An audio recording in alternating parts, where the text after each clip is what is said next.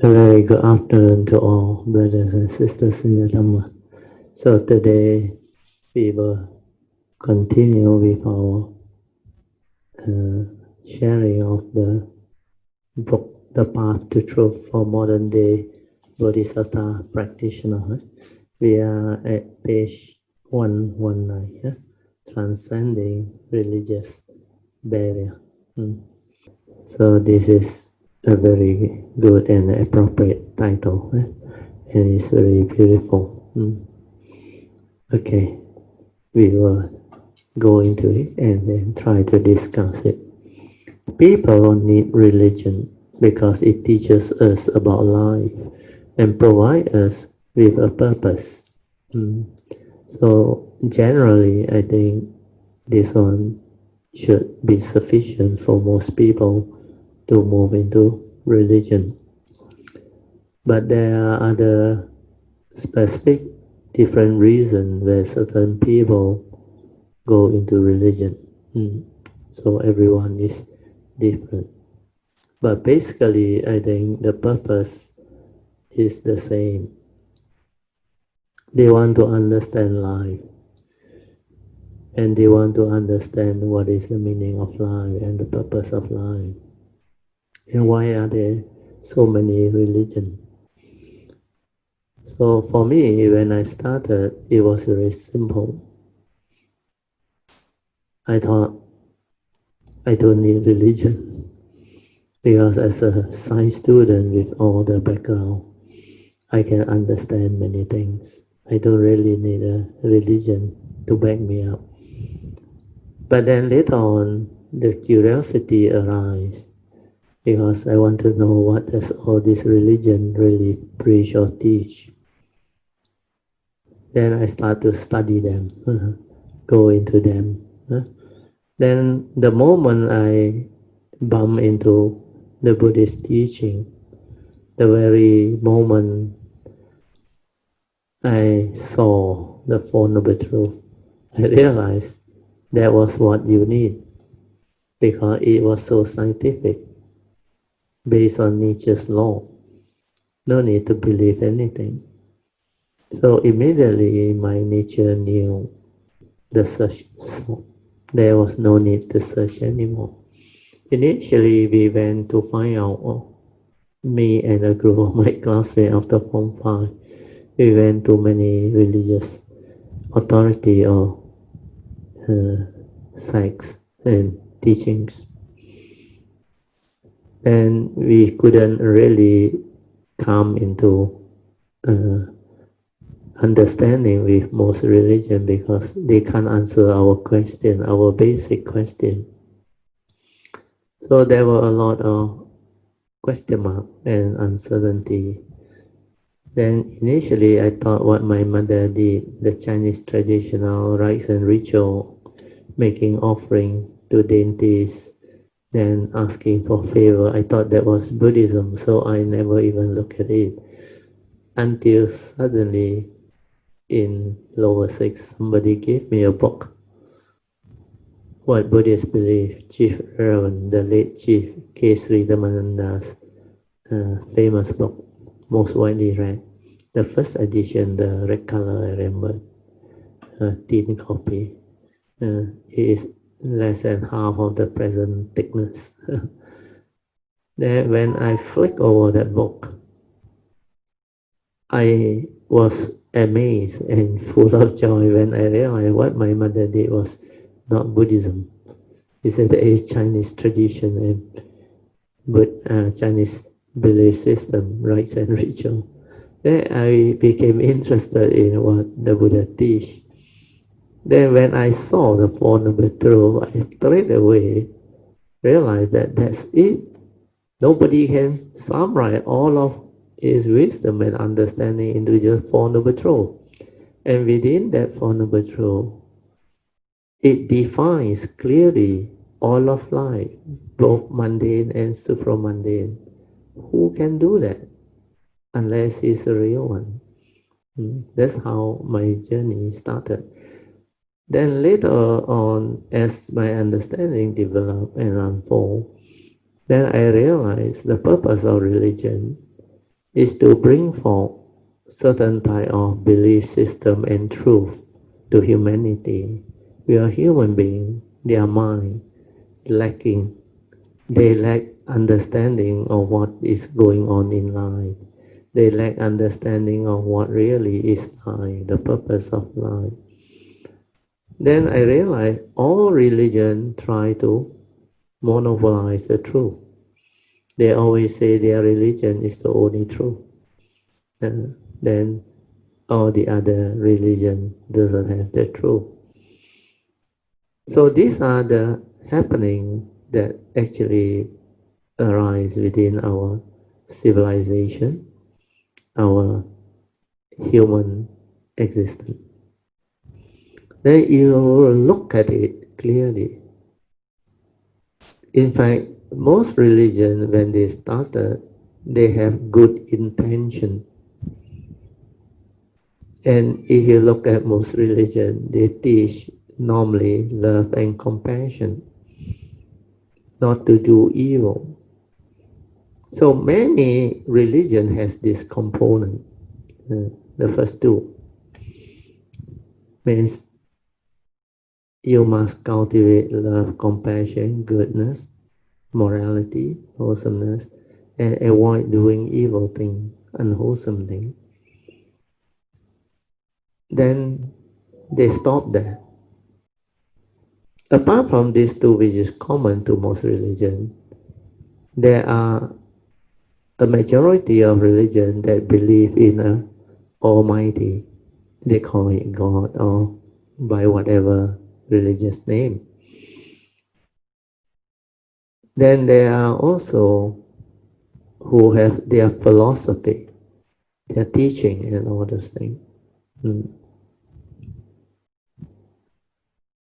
The only religion I realize that doesn't believe in God is Buddhism, because you don't need a concept of Almighty or omniscient God to actually understand life. Then I realized this is the only religion that stand up to the advent of science. When science develop, it never get into problem. It never break down. So that was the amazing part of the Buddhist teaching, the Dhamma. Then I realized it's based on truth.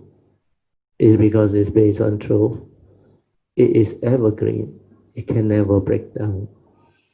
So if you have the understanding and you know how to really filter, then you will be able to come out with the understanding of the appropriate teaching that can help you understand life, live life, and transform you into a beautiful living being.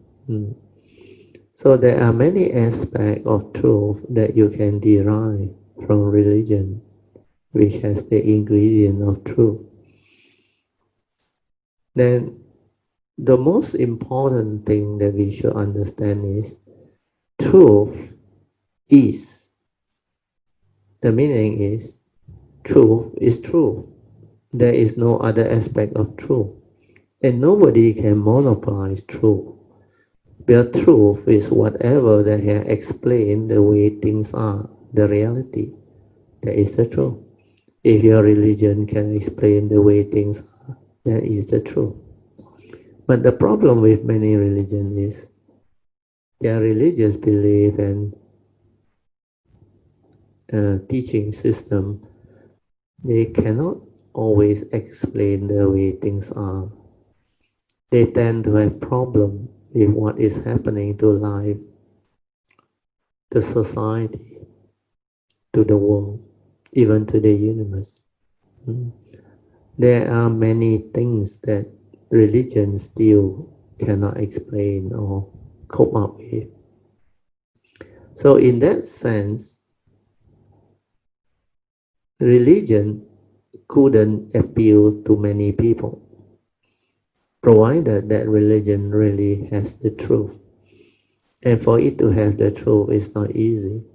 because truth is not your truth, not my truth, not anybody else's truth.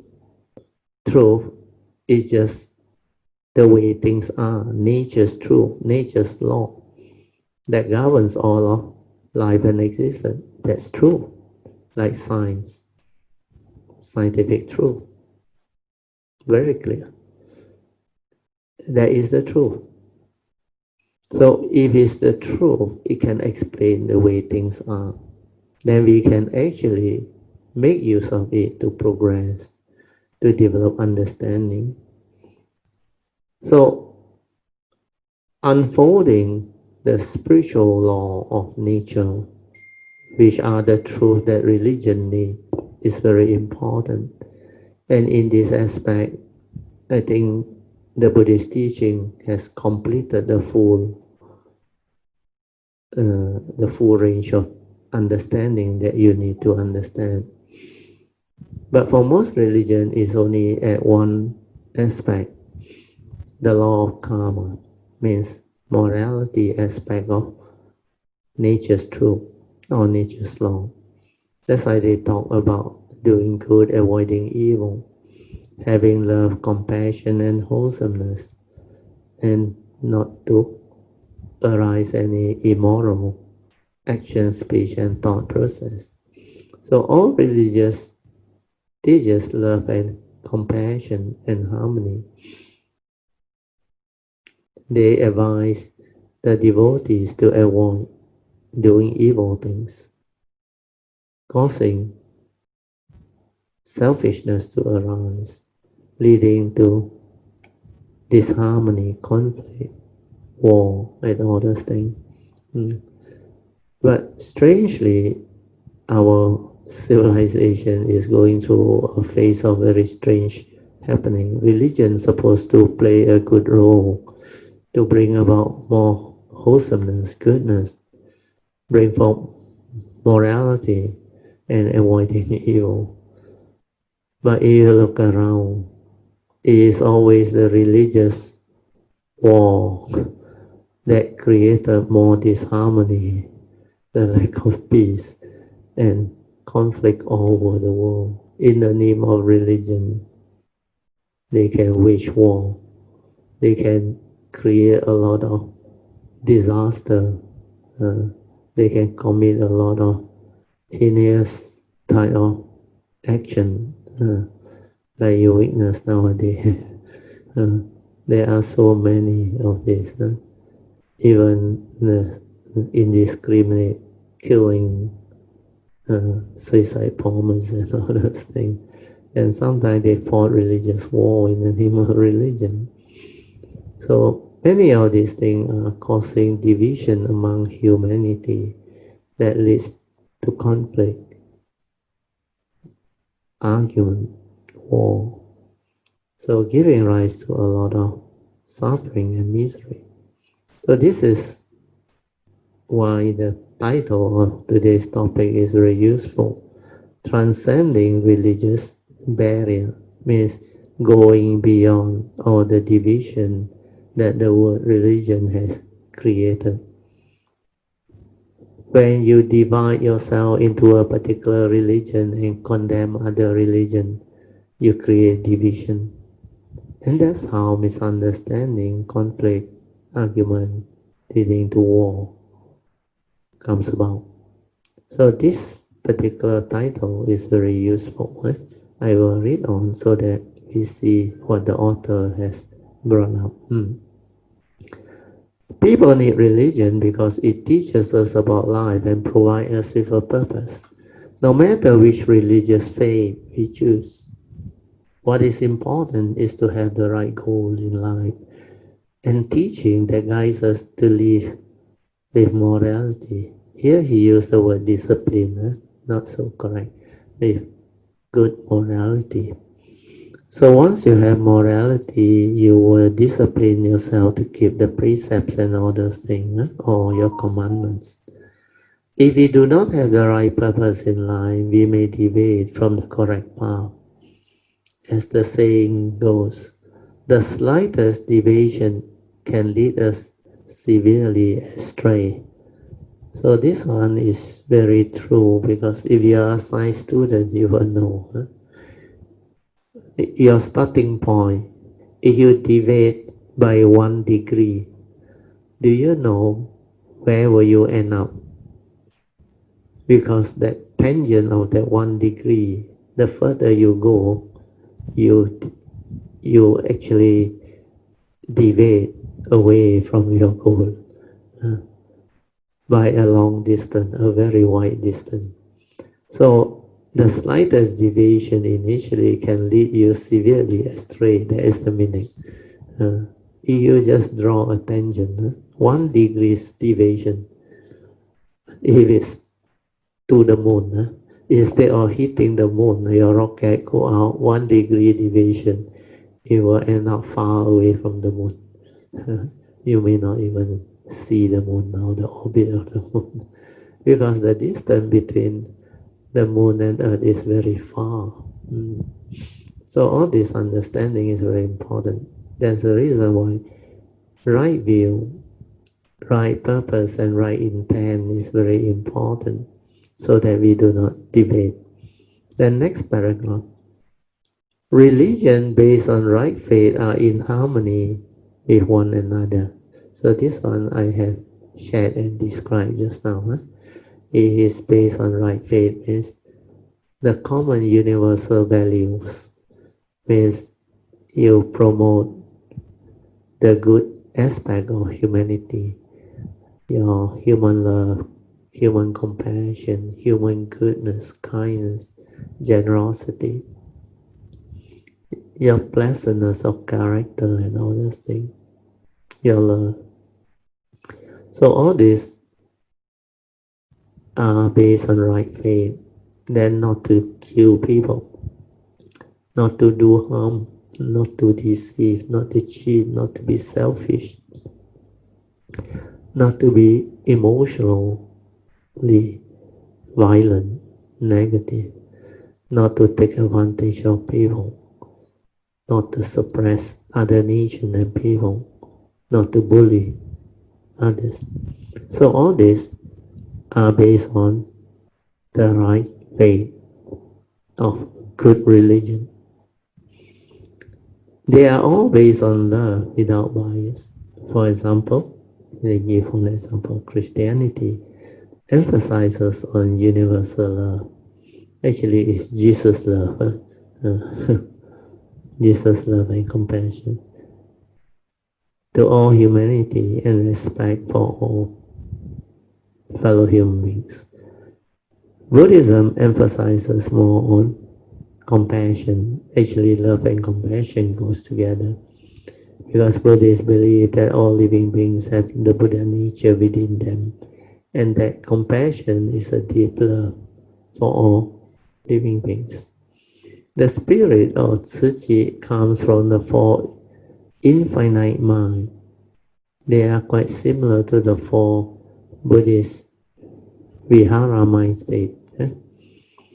First is loving kindness, which is metta. Then compassion, which is karuna. Then joy is sympathetic joy, is mudita. You rejoice in the goodness of others. The last one is selfless giving. Instead of equanimity, they change it to selfless giving. So Tzu does not discriminate against other religion.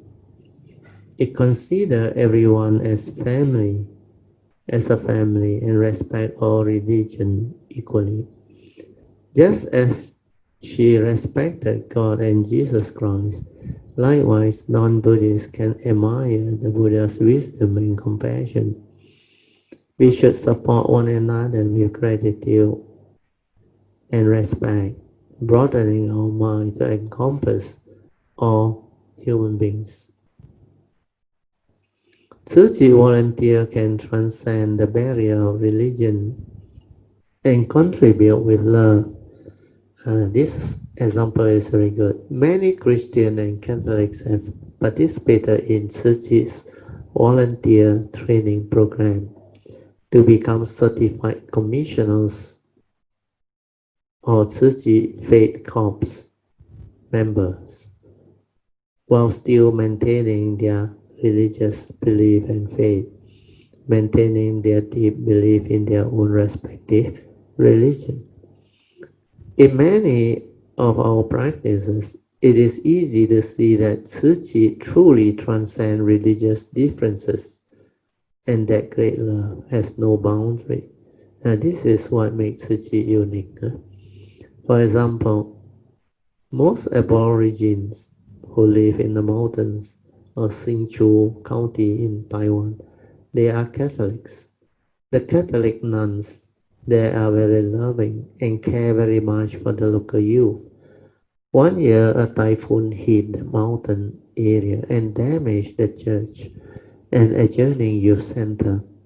The nuns could not bear to see the local youth lost their activity center. So they went out to raise funds to rebuild it. When Tzu Chi volunteers in Hsinchu County heard about it, they immediately journeyed into the mountain to help rebuild the youth center. Even though the mountain roads were difficult to travel, Tzu Chi volunteers still delivered supplies to them every month. In the olden days, there was a Catholic hospital for women and children in Taitung, Taiwan, where 4 or 5 nuns worked. Each year when I went to Taitung for the year-end blessing ceremony, those nuns would come to participate in the candlelight and prayer ceremony. Our hearts were connected. As medical technology advanced, is it something missing?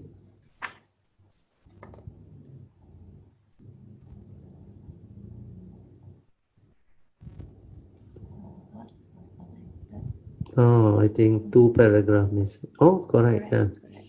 Okay. As medical technology advanced, this hospital gradually become more and more obsolete. Therefore, Taitung Tzu Chi volunteer helped the nuns remodel the hospital into a hospice center. The nuns were very grateful for Tzu Chi's help, and Tzu Chi volunteers were grateful to the nuns for taking care of the local seniors and terminal cancer patients. They truly combine their strength and work together to serve people.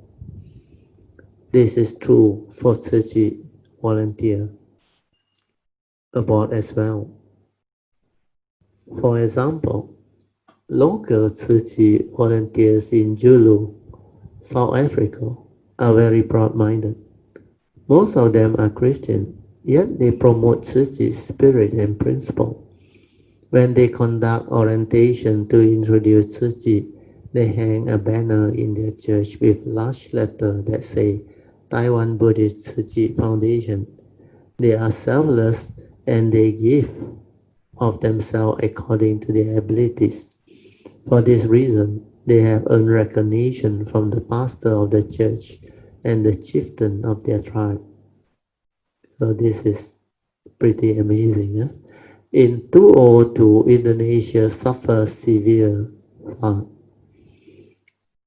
Tzu Chi shipped 50,000 tons of rice from Taiwan to Indonesia for relief. Most Indonesians are Muslim. Prior to receiving the rice, their imam led a prayer and said, Allah bring us rice through the hands of Taiwan Tzu Chi volunteer. We must be grateful for their love and learn from them. So this is real religious harmony. Not only did they accept our love, but most importantly, boundaries of religion were transcended. The recipient knew that Tzu Chi is a Buddhist organization because throughout the distribution, all the volunteers were war vest with the Tzu Chi logo. As devout Muslims, they were skeptical and worried. They asked their imam, "Can we eat the rice given to us by Buddhists?" The imam replied, we must accept the rice with gratitude.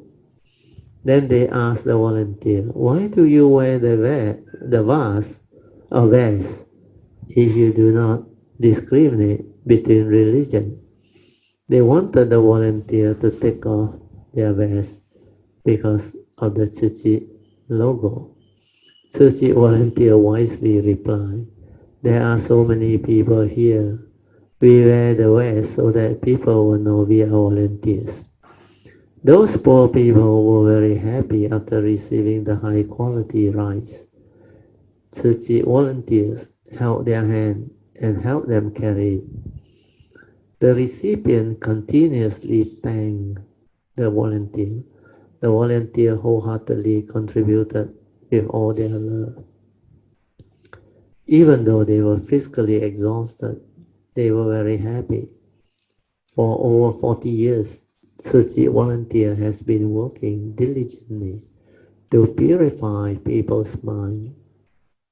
Whether people are Buddhist, Christian, Catholic, or Muslim, as long as they have true faith and are selfless, they will form a pure stream that serves to educate and purify people's mind. Tzu volunteers are everywhere, and we hope to spread great love to every corner of suffering in the world. No matter which country is hit by disaster, Tzu volunteers open their hearts and give unconditionally with the same love, respect, and gratitude. This expresses the spirit of great love. So this is how a great organization that has a good understanding can actually help the world. So we finish this chapter, which is a very good sharing. So maybe I will talk a bit more before we go to chapter 5. Save the world from disaster is a continuation. So transcending religious barrier is not an easy thing to do, especially in our world is very sensitive, because there are a lot of religious fanatics and also strong devotees. So some, they are so conditioned that they cannot even receive things from other religion. They cannot eat from food or relief offering from other religious belief or label. So at times, it's not easy to break that very staunch thinking. Yeah. So religious harmony, to transcend the religious barrier, is not really easy. And my nature rejoices if people can do it. And what we have witnessed here is, at least there is one organization that did it very well, like Tzu. Although they started off from a Buddhist concept or ideology, the founder is based on the Buddhist teaching. She started all this relief work, but she decided to actually bring forth the understanding that relief work should transcend religious barrier. When you have love, you have compassion, it does not discriminate. There is no bias. Whoever who is in need will be helped. So they try their very best within their own ability and capability to help, to bring about condition to release suffering. So this is real, what we call compassion in action, where you can witness happening in the world. So many areas of calamity or disaster or nature's calamity, you tend to see the work of Tzu spreading its wing, and they can be seen almost everywhere, because now their organization is global and quite big, in the sense that is you can see them almost worldwide in almost many countries all over the world. It's not only in Asia. They have centers in America, Europe, Middle East, Africa, the African continent, and also South American countries.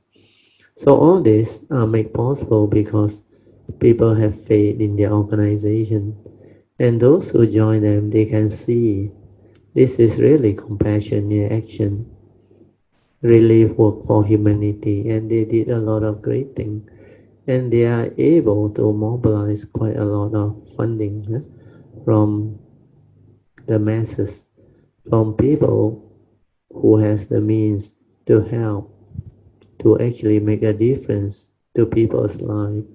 So this is what we call wholesomeness, good karmic condition that can come to fruition in the future. When you perform all this wholesomeness, generosity, goodness, when you participate or donate in whatever manner or kind, it will come back to you. You reap what you sow. Whatever you donate or contribute to, it is to your nature, karmic nature, because you reap what you sow. So in future, there will be condition for you to receive all this wholesomeness. So this type of selfless, type of compassionate action activity is very worthy of support. That's why our Kayamita Fund every year we do contribute, and my family too, we also contribute in whatever way. Then a lot of our Kayamita, they are part of Tzu Chi too. Even my brothers, my sister, they all. Then within our Kayamitas, there are many who receive it from Tzu Chi too before they came and joined me as Kayamita. And one of them is Christina. You want to know more, you go and talk to her. She told me initially when she was having this problem, Tzu Chi people came to her and did them. But finally she managed to locate Sui An and came to the class. Then she came out of this by herself through an understanding.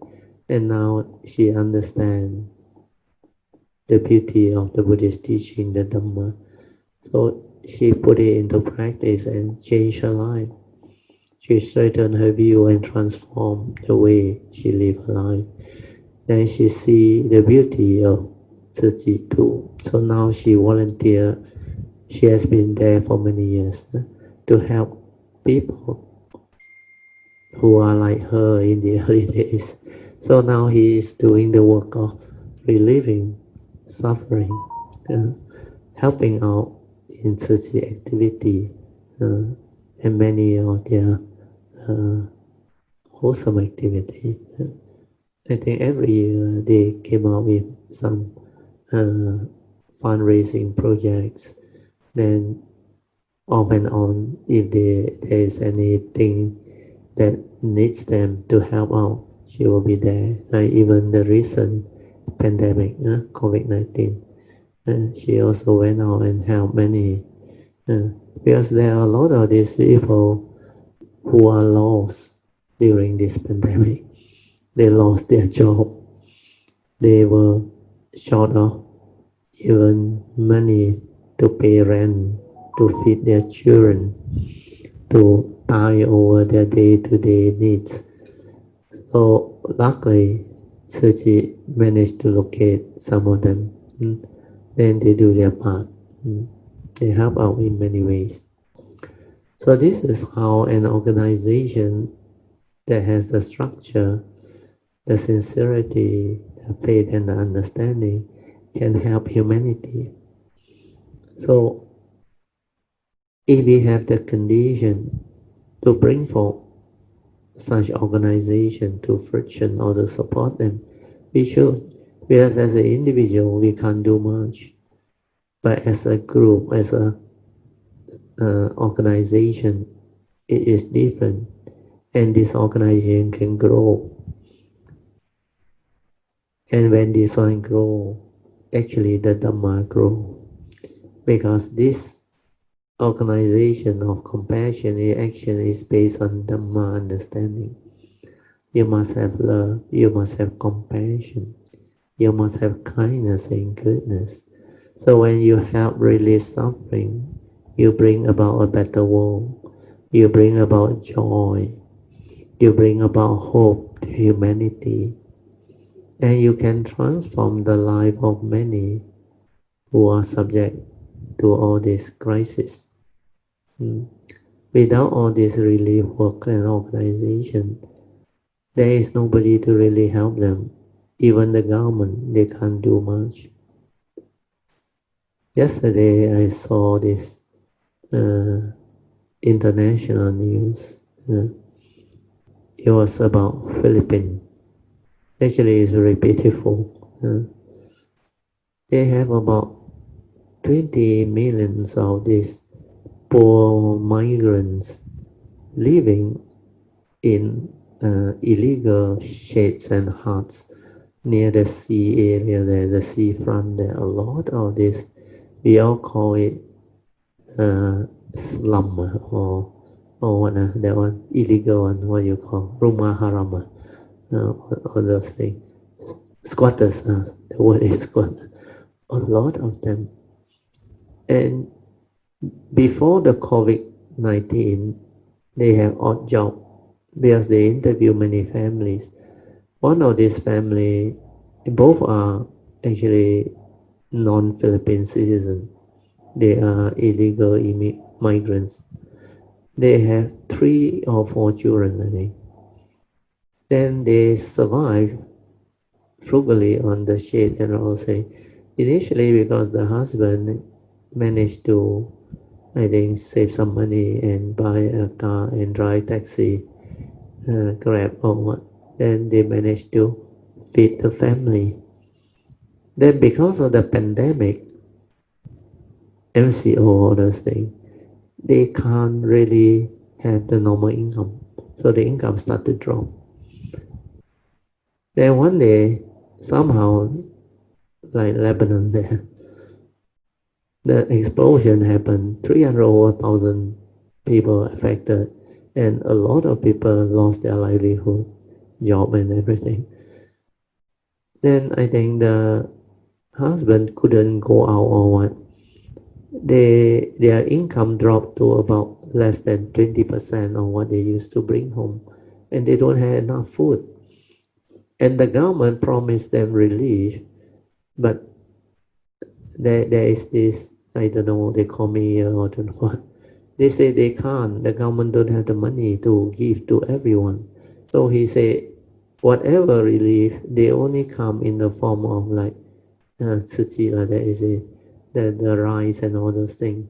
So what they need is food, sardine and all those things. They can't find. So sometimes they got no choice. They got to hunt for whatever green in the wilderness, take home and just cook as veggie, because they need to feed their children. Then no money to buy milk and all those things. So it's not easy. And they were going through tough time. But so many of them, the Philippine government also can't really manage. And according to that person in charge, I think the Majelis guy or what we call it Majelis here, there they call it by some other name. He came out and speak. He said if this continue on for another few months, they also don't have funds. The government is exhausted. There is no more money to go around. And the economy must come back. But the number of COVID-19 cases keep on going up. And they have to implement the lockdown, all those things. So you look at the severity of all these people affected. We as cultivator, Kanyamitas Buddhists, we should count all good blessings. That we are still not affected in the sense that we have karma. So this is something we should reflect, contemplate. Then we should send our kind thoughts. That in whatever way if Tzu can help or whatever, then through our fundings or donation, they can do something. But the world is the world, suffering, miserable, living beings are all whole. There is no way you can help all. But whatever condition of relief possible, based on what has been established, hopefully that one can make a difference. Then we need the support from other nations who are less affected. Like Lebanon is a very good case, so severe the disaster, the loss of life.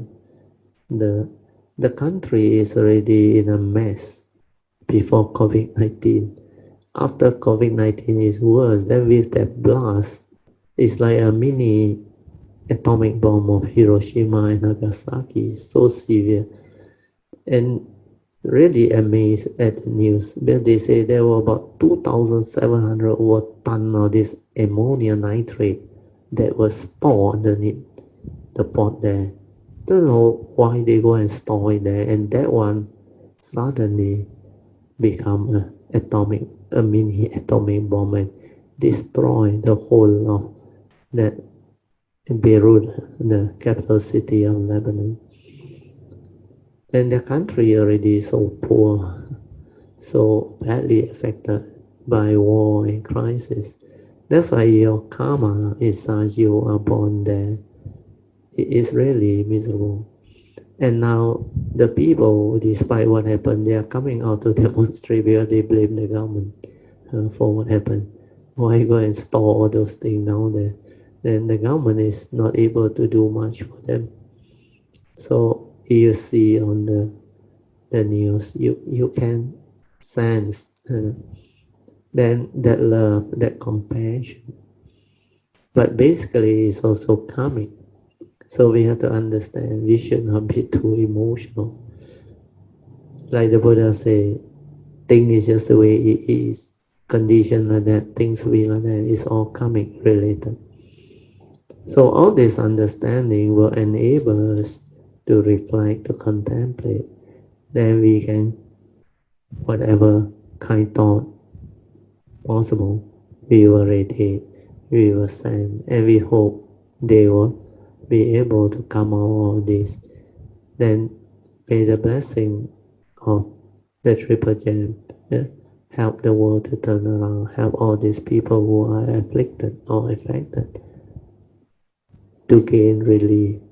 Then may they recover to good life conditions so that they can move on. So all these are happening. So when we are mindful as cultivator, we see the urgency in cultivating. Then when we cultivate, we have the means to make a difference. That's why your vow will be very strong. Your understanding will enable you to move in a very different way. So if there can be more people like all these great beings who come out with these activities, organization that can help humanity, can relieve human suffering, save the world from disaster, we should have more and more of these great beings, cultivator. And many of these are going the Bodhisattva way. That's why if you have developed the affinity to go the Bodhisattva way, you should take, you should determine, aspire, and do your best. And all these are possible, it's not impossible. So when we have the understanding of the real cultivation, there are a lot of possibility that can arise. So as Kanyamita, we know we have the potential, the understanding. It's a matter of your heart. If your heart really wants to grow and move on, you can actually, based on all these conditions, develop the understanding, the faith, the belief, then you move. That's the reason why a lot of people can have very heavy vows, very strong vows to come for the living beings, to release suffering, to bring about great difference to humanity's condition. Okay, we move on to the next chapter. Chapter 5. Save the world from disaster. So, in another sense, is to protect our planet, protecting our planet. Tzuji's great love is not only directed towards humankind or humanity, but also to material objects and the environment. We often say that it is unbearable to see the earth damaged. The earth is like a mother who nurtures everything in this world. With her abundant resources, along with the right season and conditions, seeds sprout and grow. Animals and plants all rely on the earth, Mother Earth, for nourishment and sustenance. Many calamities, both natural and man-made, are the result of damage done to earth. So this is based on the understanding of karma, cause and effect. The Vietnam War is one example. Vietnam suffered heavy bombing and defoliation was sprayed throughout its forests to clear away the foliage so that people would have nowhere to hide. The residue toxins seriously polluted the land and air. After the war, countless landmines were left in the ground. As a result, Southeast Asia, once reputed as the world's rice bowl, lost much of its farmable land during the war, leaving the local to live in destitution. Moreover, in order to make weapons and obtain raw metal, many mountains have been mined. War had damaged mountains, land and sea, resulting in tremendous loss of life and resources. During the Persian Gulf War, a great amount of crude oil flowed into the ocean. The war not only wasted resources, but also adversely impacted the marine ecology or ecosystem. So these are examples of man-made disaster, not nature's disaster. Aside from war, mountain roads and tunnels have been built to facilitate transportation and economic growth. These difficult large-scale construction projects also took a toll on the local ecosystem and the environment. Humans have indeed caused dreadful damage to this planet. Some mountains are covered with compacted rocky soil. Trees keep the soil from being washed away. These trees also collect rainwater and gradually release it to nourish the soil. Sadly, humans have severely damaged this mountain through excessive development and logging. Continuous deforestation has hollowed out mountains and loosened the soil. During heavy rain, this causes landslip, which damage the environment and can become devastating disaster for people. Taiwan rivers and streams are steep and rapid. The debris and rocks are washed downstream, have gradually elevated riverbed. As a result, this river and stream can no longer replenish the reservoir as they once did. This continuous damage caused by man has cut out the source of the reservoir's water. Nature is a macrocosm and the human body is a microcosm. Both operate under same principles. For example, if one's body bleeds for a long time, one's life will be in danger. Excavating a mountain is like operating on the body. When we drill into an aquifer, it is as if an artery in our body has been severed. The ecological health of the microcosm will be damaged, and it will gradually deteriorate. The destruction of the beautiful landscape by excessive development is like a healthy person undergoing a necessary operation. It is worrisome and unbearable. People often speak of conquering nature. Does mankind truly have such absolute power? Humans are very contradictory. In order to benefit ourselves and satisfy our material desire, we damage the land in so many ways. Therefore, the earth is responding with global warming. As a result, our climate has changed. The ice caps are melting. The sea level keeps rising. The groundwater supply is slowly disappearing, which may cause the land to sink. These are all catastrophes that we will have to deal with in our future. Living beings depend on the earth for survival, so we must take good care of it.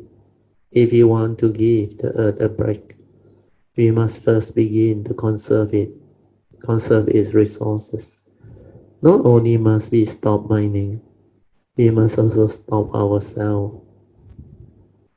commit ourselves to recycling and reuse material. By doing so, we can prevent the exhaustion of the earth's resources and reduce pollution. Tzu Chi volunteer advocates environmental protection because we cannot bear to see the earth damaged. We only had one earth, so it is everyone's mission to cherish and care for it. So this is their concern as Tzu Chi members and as an organization. So the author has written this. But if you look at the bigger picture, a lot of these things that happen, we can't really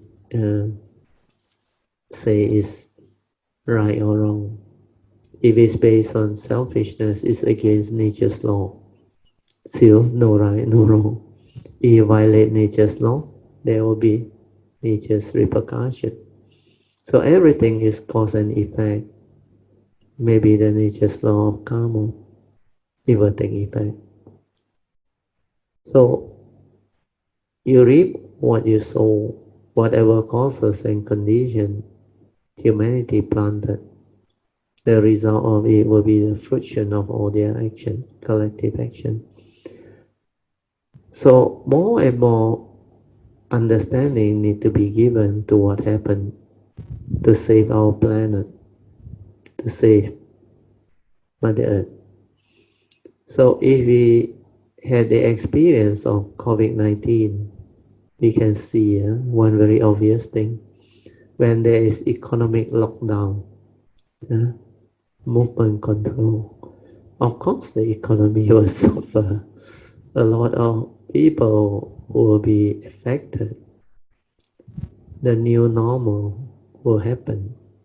But the good thing is the environment get cleaned up, less pollution, less development, less of this destructive activity that can cause major disruption to our environment, our Mother Earth, pollution and all those things. So we start to see the result of slowing down of a lot of this development activity that can be detrimental to the world. But there is also another understanding or another fact with the population that we are having, 7 billion, There is no such thing as slow down development or stop development entirely. So what is the solution? The solution is to develop more understanding to mitigate. That's why as a civil engineer, I know we need to come up with mitigation measure. Then we need to develop environmental impact study to come out with a study to understand how much environmental impact can our project cause to society. Then we have to mitigate them. Then of course we have to spend more, I should say resources, not only money, resources towards this end. We must mitigate pollution. So we must go for first green energy, environmentally friendlier type of energy. So we should do away with a lot of those that brings about severe pollution to our society, to our planet. So fossil fuel should be replaced over time. Then we should have more and more of this green energy. It can be solar, but solar also has its debris side effect, the panel and all those things. Hydro is very good, but every time a hydro dam is built, there is a lot of environmental impact and disruption. But if you manage it well, I think it can serve its function. That's why you need good engineering skill, technology, and understanding. The most fearful thing is the collapse of the dams, the erosion that arises through lack of understanding of its pattern of erosion. Because sometimes the dam management, you never expect like what happened in China, the Three Gorges Dam. What happened in China was the Three Gorges Dam was based on very well-planned engineering.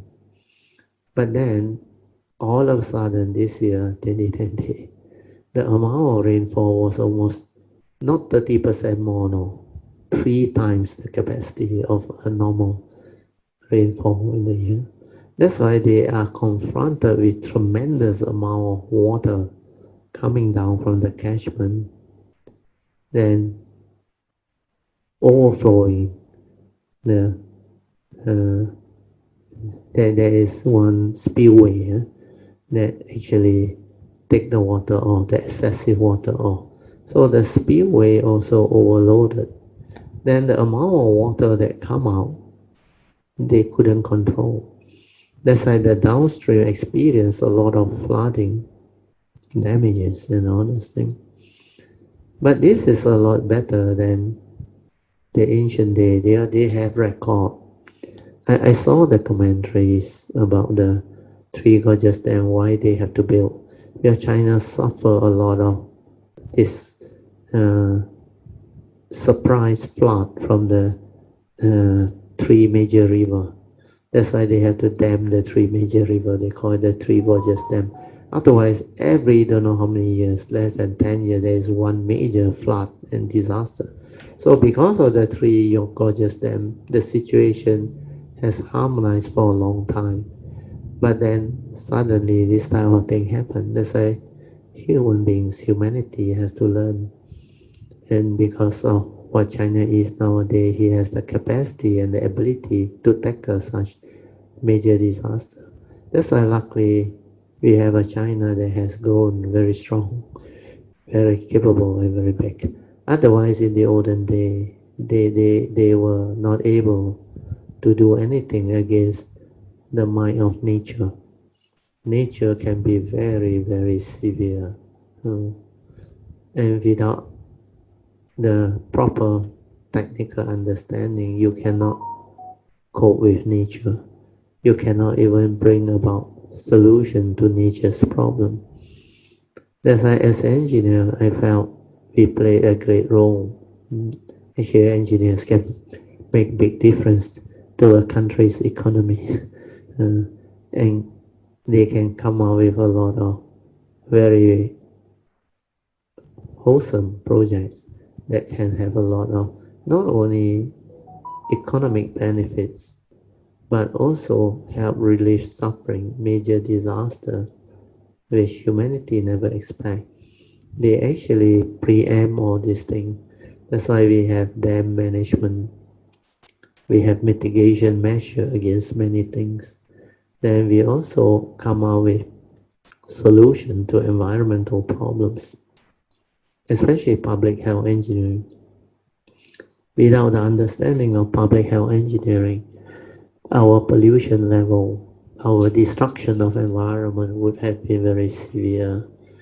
Then water management, there's an amount of drinking water and all those things. All this need engineering. Then of course, we have also all the sophisticated IT development is all technical based, engineering based. Then all our buildings, our highways, our port, everything, even our flight technology, they involve engineering. So even sound pollution, sonic boom and all those things, the technical people need to solve the problem of sonic boom and all those things, of sound pollution. So there are many things that our planet need to overcome. And you need beings who have this understanding to come. That's why they can come in many forms. So Bodhisattva doesn't mean you are just a cultivator. Like my case, I choose this career at almost most of my life. When I came later, I realized I chose this profession. When I was very young, standard 2, I already knew I want to be a civil engineer. That's very strange. And I chose this subject because my nature knows this is the career or occupation that can make big difference to the world, that can have great impact to help the world, the planet, humanity. And by profession, we have this definition which is very good. The engineers, we define our profession is to make use of the resources of nature, means to convert the resources of nature for the benefit and happiness of mankind. So that is indeed a very noble profession. But we also use it to mitigate a lot of things. Then we help to come up with creative solution to our planet, our whatever problems that humanity may face. So all these are the various understanding that we need to introduce. So to save the world from disaster is not just to blame people and comment and all those things. You can have development, you must have a good balance, but you must balance it with understanding, with good engineering solution, mitigation and all those things. Then the world can be a better world. Then if we need to slow down certain aspect of development, we have to. Of course, the other profession also play their role, like the medical profession. Without the medical profession, the pandemic, I tell you, will be a great disaster for our planet. But because of all these medical professionals, that's why our planet, you look at the way our civilization evolved, we have a lot of role play by the various professions, and there are a lot of new career opportunity arising because of society's need. But the sad thing is, we are having a lot of people taking this psychiatrist course and psychological course because they realize a lot of our human younger generation people are having mental problem. So mental problem actually You not only need psychiatrists and psychologists, you need spiritual people. You need spiritual understanding to actually deal with a lot of all these things. So it's not easy. Uh, but what I'm trying to share with you is the way to save the world from disaster. You have to look at it from many, many more angles. Then I share with you on the mitigation measures, all these things. These are very useful, very important, and we have to really look into it. We cannot neglect all this because we cannot tell the world to stop the economic growth. It has too much economic impact. So now it's not COVID-19 impact, it's economic impact. COVID-19 causes all this. So unemployment, joblessness, then the economic disaster that comes with all this can be very severe. And when people are without salary or employment, without the basic necessity to survive and to live, it can be very, very frightening. So you don't know what will happen, because when the people are affected, if there is not enough understanding to come out with relief measure and a good balance, things can go very wrong, very, very wrong. And we are not really out of the wood as yet, as far as COVID-19 is concerned, because the new cases are still a lot. And the latest is there is a hope of vaccine coming, but that one hopefully it will come by. So the first one is the Russian one, but that one also before stage 3 really take off. They already started registering it and using it, I think in a limited way, same as the one they discovered in China. Hopefully the vaccine will come, then the world can return to normal, more normal, not normal, more normal. So people don't have to have that fear to travel, because economic activity actually comes about because of trades, travel, and movement. Once you have MCO, movement control order, you disrupt the whole thing. So the whole industry of tourism, travel, they come to a standstill.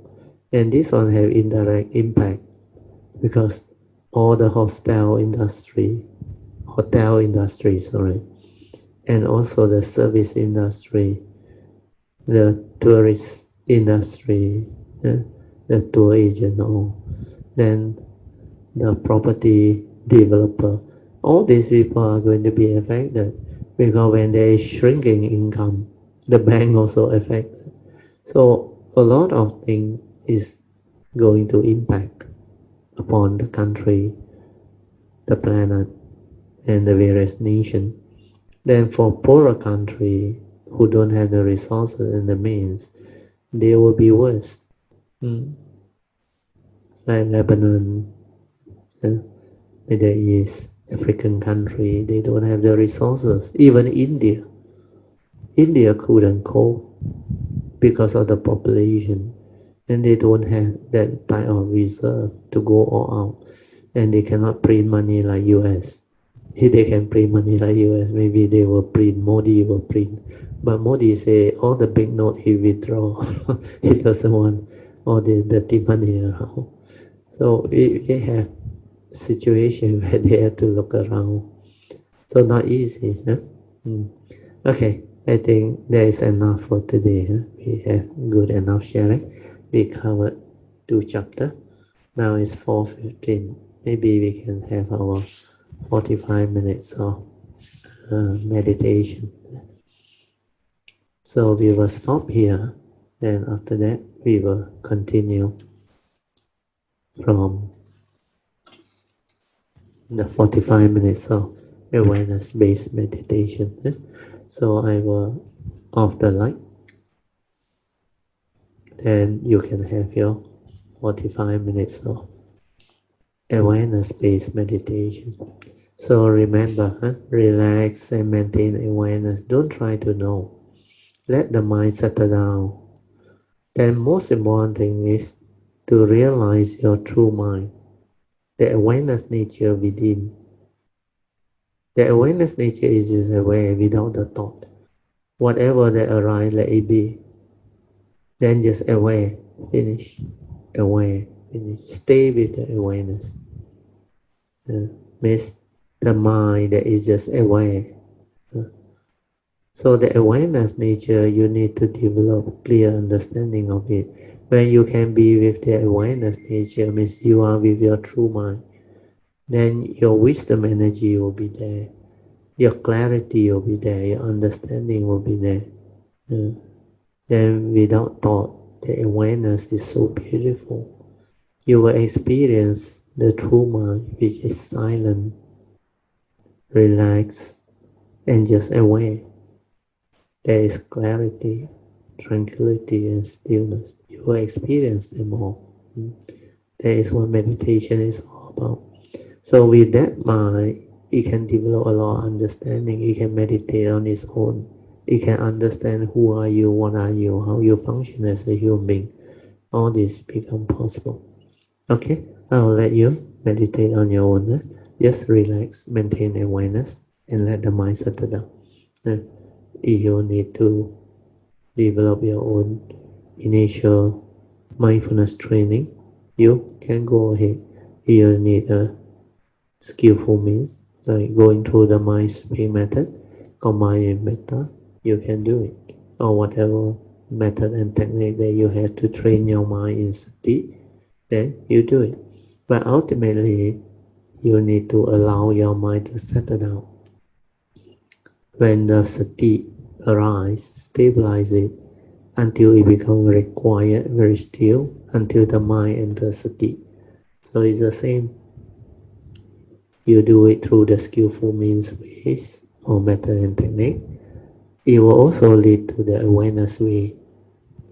The awareness way is faster. It takes you to the true mind straight away, silent, away. So develop the 5 spiritual faculty, then your mind can settle down very fast. Okay?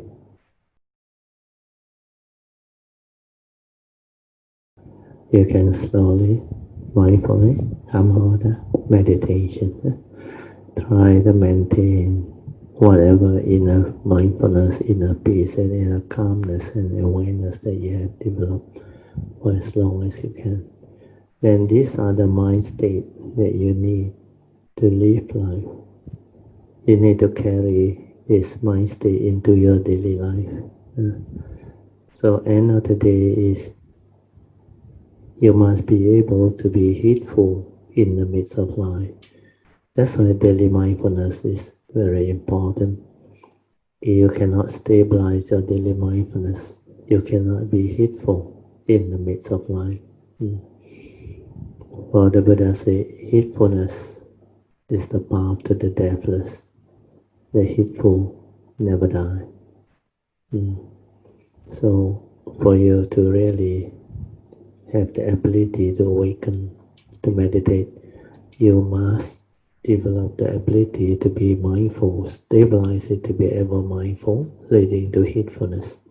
Heedfulness has 2 components, ever mindful, constantly meditative. So when you already stabilize your mindfulness until mind enters sati, then you are ever mindful throughout the day, aware, mindful. With that mind, you can cultivate Noble Eightfold Path. You can understand many things. You can see many things. That is what heedfulness is all about. And heedfulness is very powerful. When you are heedful, you are ever mindful.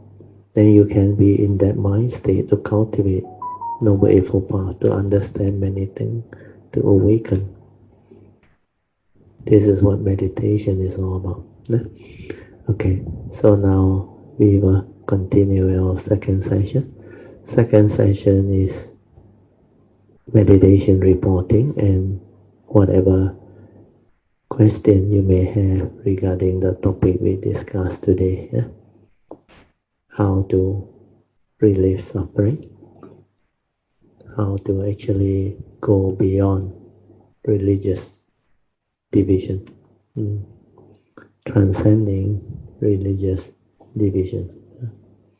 So we have covered these two topics. If you have anything to add or any question you want to ask, you can. Transcending religious barrier and save the world from disaster or protecting our planet. Okay, we open it up. Anybody? Or maybe today I do it slightly different because suddenly my wife cleaned up my room and he saw this book, The Buddha's Ancient Path by Piyadasi. This was the book I used in the early day to share the Dhamma with people.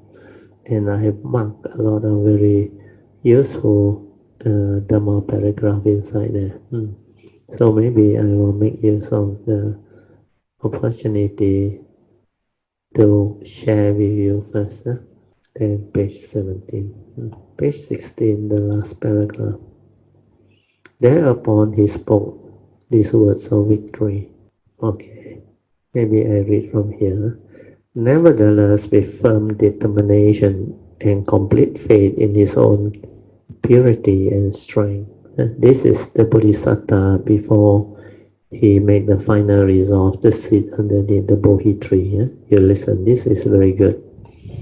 Nevertheless, with firm determination and complete faith in his own purity and strength, unaided by any teacher, accomplished by none, the Bodhisattva means Sakyamuni Buddha to be, as he is known before he attained enlightenment, resolved to make his final investigation in complete solitude.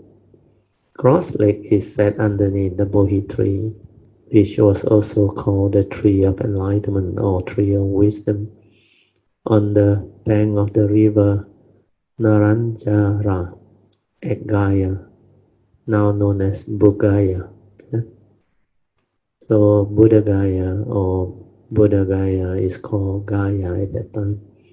A pleasant spot soothing to the senses and stimulating to the mind, making the final resolve with the inflexible resolution.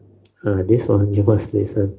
The Buddha determined, though only my skin, sinus and bones remain, and my blood and flesh dry up and wither away, yet will I never stir from this state until I attain full enlightenment, Sammasambodhi. So resolute was the resolve, so indefatigable in effort, so unflagging in his devotion was he, and so resolved was he to realize the truth and to attain full enlightenment. And applying himself to the mindfulness of the in and out breath, or anapanasati, he developed the meditation. So this meditation that he developed while he was a child, where the Bodhisattva enter upon and dwell in the first meditative absorption or jhana, by gradual stages of relaxation and clear comprehension, he was able to develop the meditative understanding. Then many things happened to him. It seems, according to the text, after he has developed the understanding, thus cleaning his mind of impurity, with the mind thus composed, he directed it towards the knowledge of recollecting past birth. This was the first knowledge attained by him at the first watch. Then the Bodhisattva directed his mind to knowledge of state of existence and in the state of each flaring according to their deeds. Judichitta and Upapada Nana. This was the second knowledge attained by him in the middle watch of the night.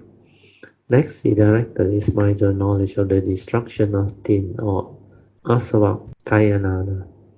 He understood as it really is, the Four Noble Truths. This is dukkha. This is the cause of arising of dukkha. This is the cessation of dukkha. This is the path that leads to the cessation of dukkha. He understood as it really is. These are the asava or tin. These are the arising of tin. These are the cessation of tin. This is the path that leads to the cessation of tin. Knowing thus, seeing thus, his mind was liberated from the asava of sensual pleasure, kamasava, of becoming, bhavasava, and ignorant, avijjasava. When his mind was thus liberated, there came the knowledge, liberated, and he understood, destroy its birth, the noble line, brahmacharya, has been lived. Done is what was to be done. There is no more of this to come. This was the third knowledge attained by him in the middle of the watch of the night. Thereupon he spoke the words of victory. Being myself subject to birth, aging, disease, death, sorrow, and lamentation, and defilement, seeing danger in what is subject to these things, seeking the unborn, aging, undiseased, deathless, sorrowless, undefiled, supreme security from bondage, nibbana. I realize it. I experience it. Knowledge and vision arose in me. Unshakable is my deliverance of mind. This is the last birth. Now there is no more becoming, no more rebirth. Here rebirth means rebirth due to ignorance. Thus did the Bodhisattva Gautama on another full moon of May at the age of 35 attain supreme enlightenment by comprehending all of their fullness, the Four Noble Truths, the eternal verities, and became the Buddha, the consummate, who can cure the ills of all beings. Then after that he said, he actually started off the teaching to the five ascetics. He said, monk, these two extremes ought not to be cultivated by the recluse, by one gone for the household life. What are the two? Sensual indulgence and self-mortification which lead to no good. The middle path, understood by the Tathagata, the perfect one, after he avoided the extreme, gives vision and knowledge, and leads to calm realization, enlightenment, nibbana. And what monk is the middle path? It is this noble eightfold path, then mainly right view, leading to right thought, right speech, right action, right livelihood, then right effort, right mindfulness, and right samadhi. So all those is already discussed in the sutta. Then after that he said, release I am monk from all ties, whether human or divine. You also are released from fetters, whether human or divine. Means after the five ascetics realize the enlightenment. Then after that we go on to that part where he really explained the Four Noble Truths when it's tree turning. Once the Buddha was in Kosambi, near Samsipa grove. Then gathering a handful of leaves in his hand, the Buddha addressed the monk. What do you think, monk? Which is greater in quantity? Handful of Samsipa leaves gathered by me, or what is in the forest overhead? Not many trifling Venerable Sir are the leaves in the handful gathered by the Blessed One. Many are the leaves in the forest overhead. Then the Buddha replied, even so, monk, many other things I have fully realized, but not declared unto you. Few other things I have declared unto you. And why, monks, have I not declared them? They, monk, are indeed not useful, not conducive, not essential for the holy life of purity. They do not lead to dispassion. They do not lead to cessation, to tranquility, to full understanding, to enlightenment in the here and now, to the unconditioned Nibbana. That's why they are not declared by me. And what is it, monk, that I have declared? This is suffering. Thus have I declared a first turning. This is the arising of suffering. Thus have I declared. This is the cessation of suffering. Thus have I declared. This is the path leading to the cessation of suffering. Thus have I declared. And why, monk, have I declared this truth? They are indeed useful and essential to the holy life of purity. They lead to dispassion. They lead to renunciation. They lead to cessation, tranquility, and full understanding of enlightenment, to the unconditioned, to Nibbana. That's why they are declared by me. Thus spoke the Buddha. So this shows to us how important the Four Noble Truth is. And after that, he continued by turning the Four Noble Truth 3 times. Then I move on to another page, page 42. Now this one is about the 18th sense rhyme, the sixth sense door. This one is also very important. He told Mahali, invisible form, sound, smell, taste, and tactile object. These are sense objects which when experienced through their sense faculty are entirely subject to suffering, beset with suffering, and entirely bereft of pleasure and happiness. Being will not take delight in this sense object, but Mahali, because there is pleasure and happiness in this sense object, beings take delight in them and cling on to them.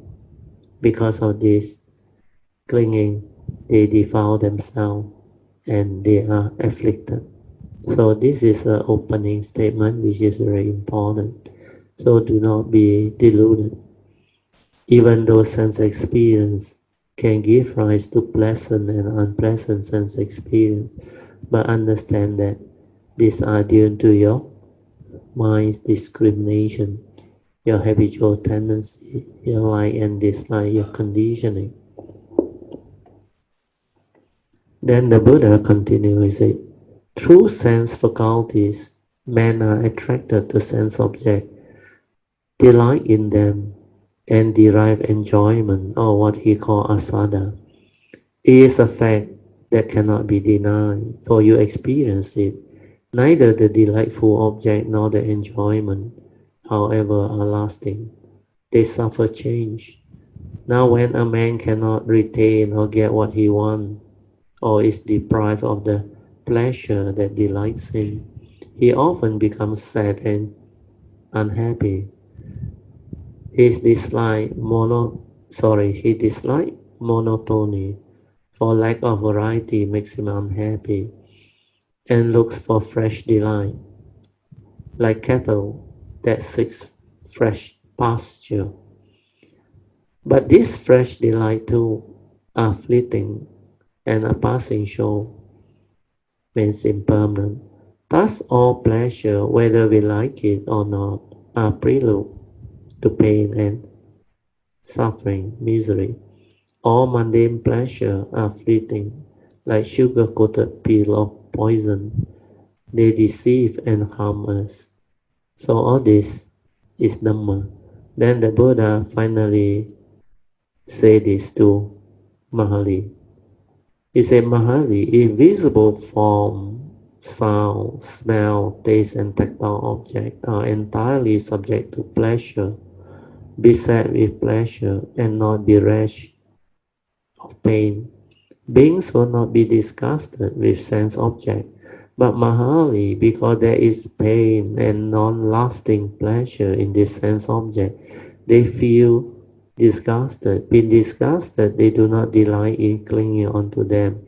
Not clinging, they purify themselves. Then he explained to Mahali, there are these three types of suffering.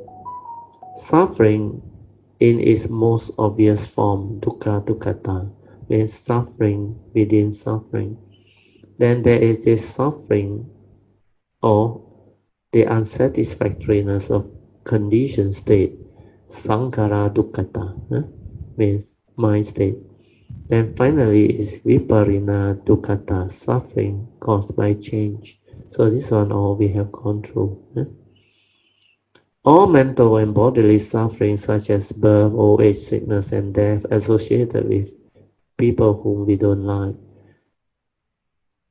dissociated from our loved one and prized possession, or separation, not getting what one desire or one are the ordinary suffering of daily life called dukkha dukkata.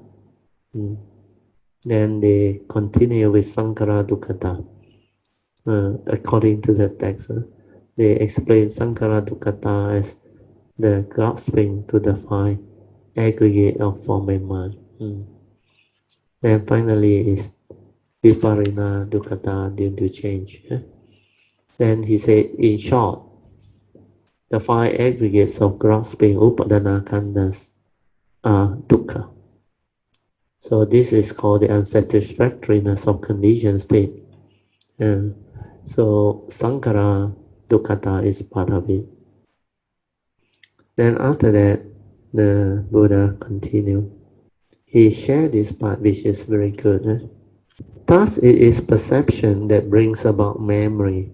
Actually, it's the other way around. The author write it wrongly. It's from memory that we arise perception. Then he said, the Buddha therefore compared perception to a mirage. So it is important to note that perception always deceives us. Then they become known as illusion or perversity of perception. Sanya vipalasa means false perception. Then a simile will illustrate the point. A farmer, after sowing a field, will set up a scarecrow to protect the seed, and for a time the birds will mistake it for a human being and will not settle on it. There is an illusion of perception. Similarly, sense and mental objects deceive our mind by producing a false impression. The Buddha therefore compared perception of sanya to a mirage. Then when a particular perception pervert or not occur frequently, it grows stronger and grips our mind. Then it becomes difficult to get rid of that perception. And the result is well explained in the verse called the Sutta Nipata. Who is free from sense perception, in him no more bond exists. Who by insight freedom gains, all delusions cease in him. But who clings to dense perception and to viewpoints, wrong and false, he lives longer in this world. So this saying in the Sutta Nipata is very good. Okay, there's another part on consciousness which is also very good, page 48. The fifth aggregate of mind is consciousness, vijnana khandhas, which is the most important of the aggregate, for it is the receptacle, like I explained to you, like a container to receive the content of consciousness. So this is the most important of the aggregate, for it is the receptacle, so to speak, for all the 52 mental concomitant or factors, which is the content of consciousness, sankhara. Since without consciousness, there is no mental concomitant or factors. Consciousness and the mental concomitants are interrelated, interdependent, and coexisting. Then he went on to the faculty of mind, Mano Indriya, which cognizes mental object. We know is not something tangible and perceivable, like the other five faculties, which recognizes the external world. So we have gone through, the eye recognizes the world of color and visible object, means color, shape, and form. The ear, audible sound, and so forth. The mind, however, recognizes the world of ideas and thought. Indriya means faculty, literally means law. Form can only be seen by the faculty of eyes and not by the, oh, this one is wrong. He said not by ear hearing, by the faculty of ear and so on. No, that hearing also has sense data, and that is also, we call it mental form. It is not only what you see, color, shape, and form. That one is wrong. It is very important here to understand the function of consciousness. Although there is this functional relationship between the faculties and the sense object, for instance, eye with form, ear with form, sound, and so on. Awareness comes through consciousness. In other words, sense object cannot be experienced with a particular sensitivity without the appropriate kind of consciousness. Now when eye and form are present, visual consciousness arises dependent on them. So this one I have gone through with you. Our mind is capable of being conscious of what we see, what we hear, what we smell, what we taste, and what we tactily feel and think. Then of course, if you are mindful, you are aware, you will see the contact. When these three things comes together, how consciousness come to be. So all this, you will come to experience them, and this is what meditation is all about. And to see this, you must have mindfulness. Then there's another partner, he asked somebody, he said, what is this consciousness, sati? Here the Buddha expressed it very well. It is that which expresses, which can also feel and experience the result of good and evil deeds, now here, now there. So here, the author mix up consciousness with the actual sati. The actual sati is awareness before the knowing. So this one is actually consciousness itself. Consciousness is not sati. Then the author said, but to whom, foolish man, have you heard me teach the Dhamma in this way? Have I not in many ways explained consciousness as dependent arising, dependent originating, as arising out of condition, that apart from condition there is no arising of consciousness? The Buddha then explained the different type of consciousness and made clear by means of example how consciousness arises depending on condition. So this one you must have the silent mind, the mindfulness, the awareness to see, to observe and understand. Otherwise you cannot understand. Then he said, he who understands the true nature of life is the happiest person, for he is not deluded, upset by the effervescent nature of things. He tries to see things as they are and not as they seem to be. Conflict arises in man when he is confronted with the facts of life such as aging, disease, death, and so forth. But frustration and disappointment do not vex him when he is ready to face them with a brave heart, with wisdom and understanding. This view of life is neither pessimistic nor optimistic, but realistic. And it goes on. The man who ignores the principle of unrest in things or impermanence characteristic The intrinsic nature of suffering is upset when confronted with the vicissitude of life, where he has not trained his mind to see things as they are. Then this one, when somebody passes away, the Bodhisattva have this proclamation which is very good. He said, a mother was asked why she did not grieve and lament over the death of their beloved son. Her answer was very profound. I think this one was the Bodhisattva and the wife at that time. The answer is, you listen, uninvited he came, uninvited he passed away. As he came, so he went. What use is there in lamenting, weeping, and wailing? Thus people bear their misfortune with equanimity. Such is the advantage of a tranquil mind. It is unshaken by loss and gain, blame and praise, and undisturbed by adversity. The frame of mind brought about by viewing the sensual world in its proper perspective. Thus calm and even-minded, thus calm or evenness of mind leads man to enlightenment and deliverance from suffering. So this part is very good. Then there is this sentence, all the so-called mundane pleasure, they are fleeting in nature, impermanent, finally end up in suffering and misery.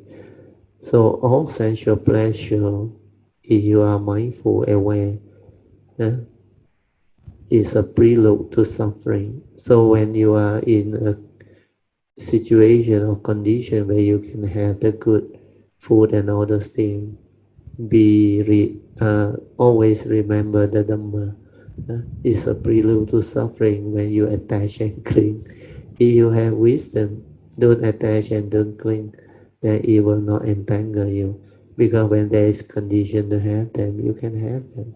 There is your parami, your friction of your karma. But when there is no condition, do not lament. Then the Buddha also said, a burden indeed are the five aggregates for my mind. Happy it is to lay down this burden of the five aggregates of form and mind with understanding. This is Nibbana, the unconditioned, that leads to absolute peace. Nibbana paramang sukhang. So all these are the understanding. Then he said, happy indeed we live. We who have no burden, our joy we ever fade, like radiant dainties. So this is what the Buddha's enlightenment is all about. With that wisdom and the understanding, they are very meaningful and very helpful. There's one more part. Page 91. Monk, it is true, not understanding, not penetrating the Four Noble Truths, that we run around so long, wanders about in samsara, in this cycle of birth and death, both you and I. But when these Four Noble Truths are understood and penetrated, rooted out is the craving for existence, destroy is that which leads to renewed becoming, and there is no more coming to be. So long as my knowledge and vision of reality regarding this Four Noble Truths and its three phases of turning and 12 modes was not fully clear to me, I did not proclaim to have attained the incomparable supreme enlightenment in the world. But when my knowledge and vision of the reality regarding the Four Noble Truths in its three turning was clear to me, then I proclaimed to have won the incomparable supreme enlightenment in the world.